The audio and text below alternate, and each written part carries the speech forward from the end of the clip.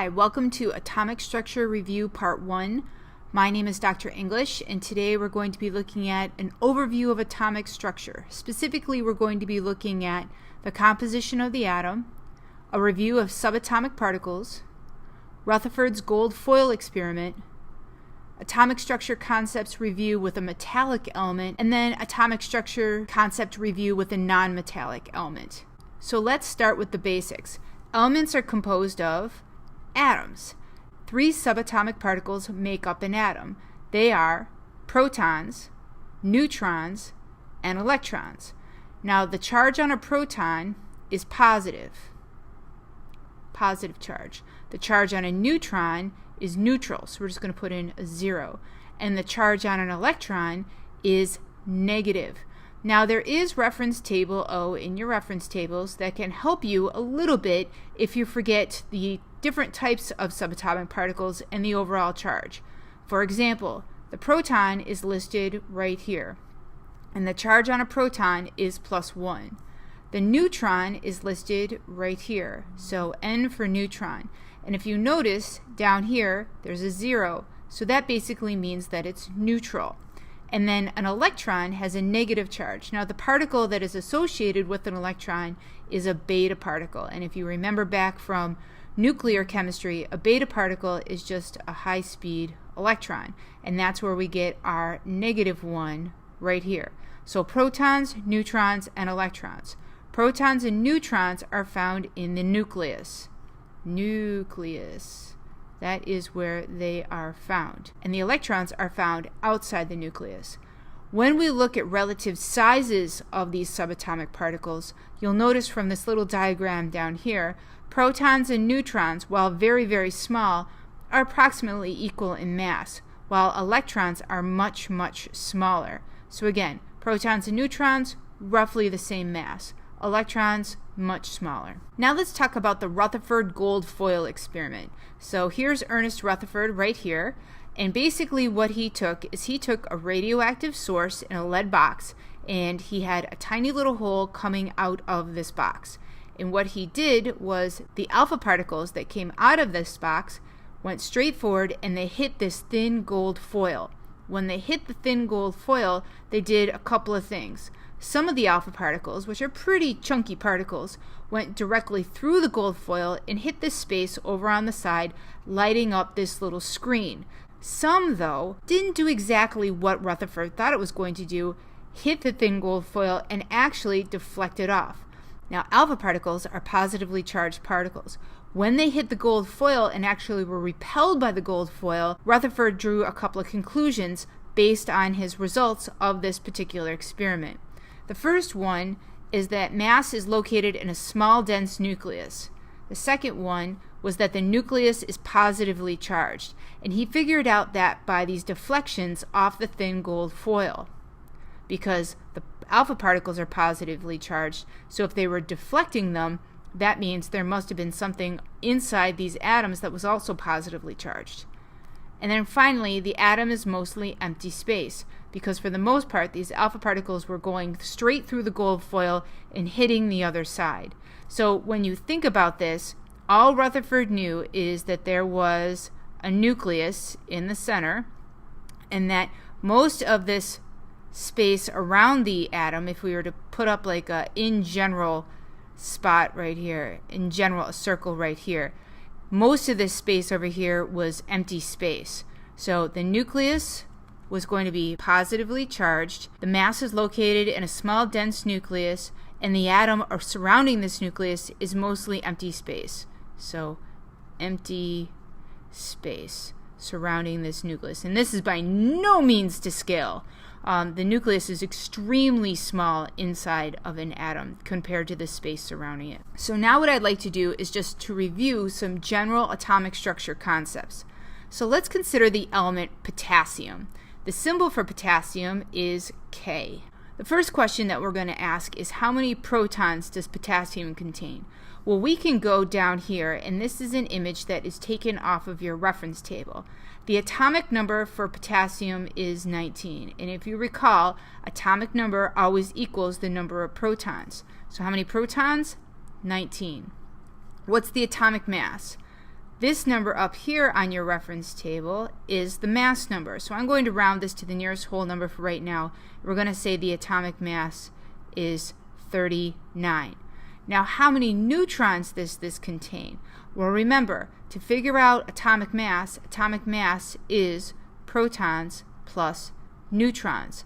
So if I know that my atomic mass is 39 and my protons is 19, that means my neutrons must be 20, because 20 plus 19 will give me 39, which is the atomic mass. As an atom, and this is the key word to pay attention to here, as an atom, potassium contains how many electrons? Well, remember, if something is listed as an atom, that means the number of protons will equal the number of electrons. So as an atom, potassium will have 19 electrons. What is the symbol for the potassium ion? Well, potassium is K as an atom, and then it has one oxidation state associated with that. And potassium can be +1. As an ion, how many electrons does it have? Well, remember, in an ion, protons do not equal electrons, but you can't change the number of protons.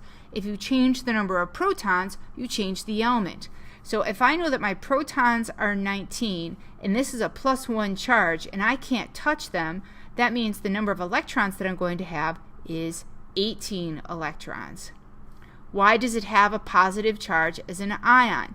Because we're going to have more protons, that's an R, more protons than electrons. More protons than electrons. Because if I have 19 protons and 18 electrons, if I subtract the two, I get 1, and I have more protons, and those are positive, so the overall charge is K + 1. What is the ground state electron configuration?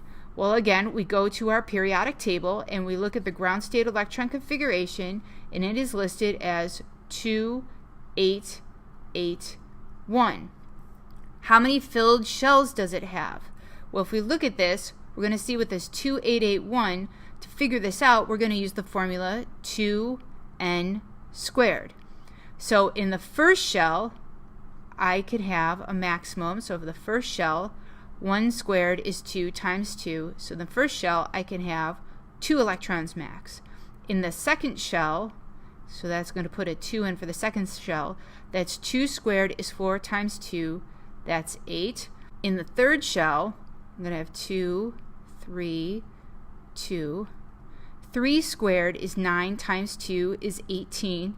And then finally, in the fourth shell, I'm going to do 2, 4 squared, which is 16 times 2 is 32. So I'm going to take these numbers here, the 2, the 8, the 18, and the 32, and I'm going to compare them to my original electron configuration that I have for potassium. So I can see that the first shell is filled and the second shell is filled, but the third and fourth shell are not at maximum capacity. So how many filled shells does it have? 2. How many partially filled shells does it have? 2. And finally, how many valence electrons does it have? To find the valence electrons, we always look at the last number of the electron configuration. So in this case, potassium has 1 valence electron. 1 valence electron. Okay, now let's talk about a nonmetal. Consider the element chlorine. Now the symbol for chlorine, and again, we have this visual coming from your periodic table. We can see that the symbol is Cl. How many protons does it contain? Well, down here we see that the atomic number is 17. So that means we're going to have 17 protons. What is the atomic mass? Now on here it's a little blurry, but it's 35.4. So again, I'm just going to round this to the nearest whole number for the sake of convenience and call this atomic mass 35. How many neutrons does it have? Well, again, remember, protons plus neutrons will give me my mass number. So if the number of protons is 17 and my mass number is 35, basically what I'm going to do is solve for x, and this will be 18. As an atom, Chlorine contains how many electrons? Well, again, remember, if it's an atom, the number of protons will equal the number of electrons. So that means in a chlorine atom, I'm going to have 17 electrons. The symbol for the chlorine ion. Well, again, we know that Cl represents chlorine. Now, if you look down here, we have charges -1, +1, +5, and +7 as selected oxidation states for chlorine. That's not all inclusive, that's just selected oxidation states.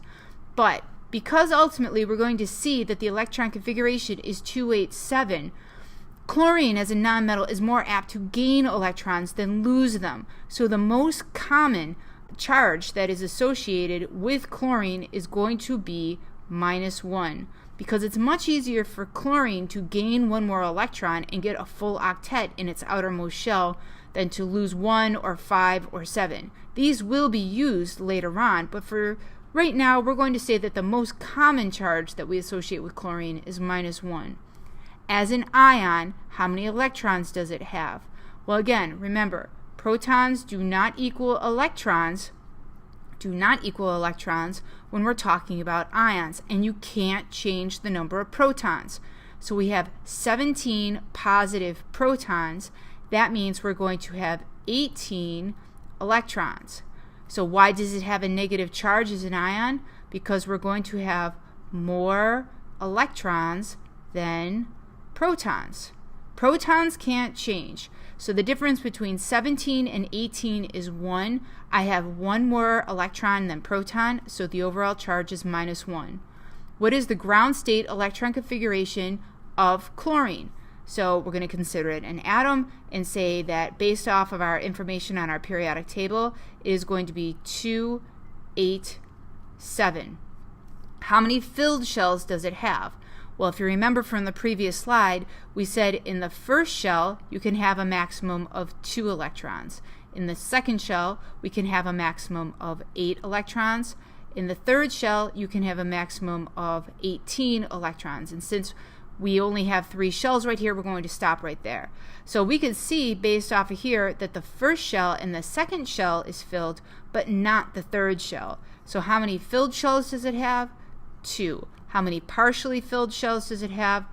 1, because this third shell only goes to 7 electrons when theoretically that could go up to 18 when completely filled. So how many valence electrons does it have?